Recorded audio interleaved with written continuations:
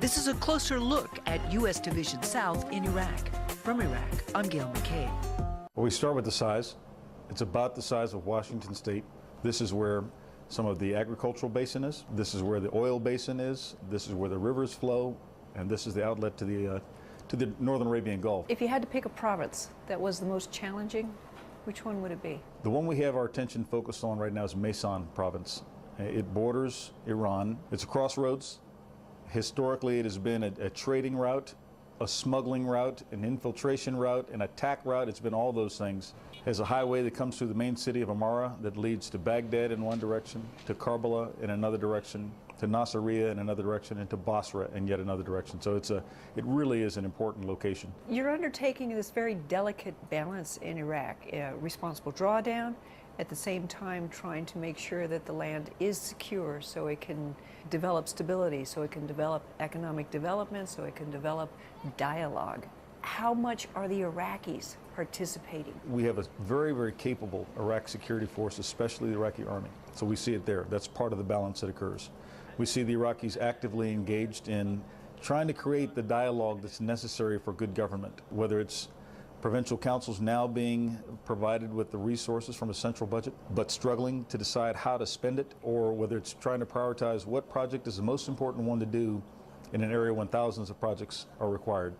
Recognition that the United States is leaving. Have they accepted that the United States is leaving? I think it's a mixed view. I think that there's a recognition that we are indeed drawing down. They're not sure what the future is going to be. Some are delighted because it's been their political rhetoric. Others are being realistic and realizing that a very strong supporter and a very strong friend is about to be reduced in number. Back in the States, the media attention to Iraq has dropped off sharply. How do you feel about that? I think it's unfortunate on one hand and perhaps positive on another.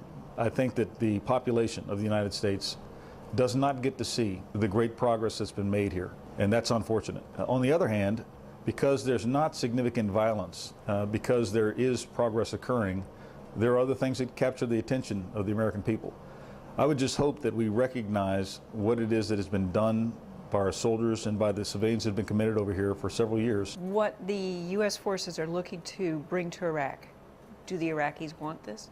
I think they do, but it changes. There are different competing political interests. There are different perspectives of what a successful future would look like, as in any country, and the mechanisms by which those differing views are reconciled, the mechanisms aren't mature yet. The good news is the way the election came out, there is no single bloc that can dominate.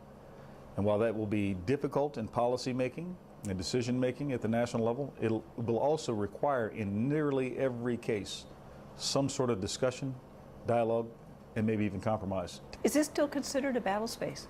It depends on what you define by that. If it's a place in which we try to create effects and outcomes using that definition of a battle space, yes it is. But it's more a place where we have a presence and are trying to shape enduring relationships. We have a role that can be fulfilled and is being fulfilled by U.S. forces. One of the best roles is providing professionalism to the security forces of Iraq. And it comes not just through training, but through partnership, by standing side by side. Project out. What do you think we will see in Iraq in 2 years' time? What we hope to see is fulfillment of our strategic objectives. Okay, a stable, sovereign Iraq that's able to defend itself. We'll see some political bumpiness. We'll see some frustrated decision making.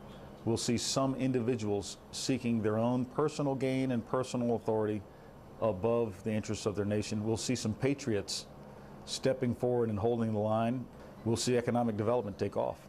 We'll see the economic potential of Iraq begin to be unleashed over the next 18 months. And a change, in my view, I'm optimistic about this, a change in the very character of the Middle East. That's a closer look.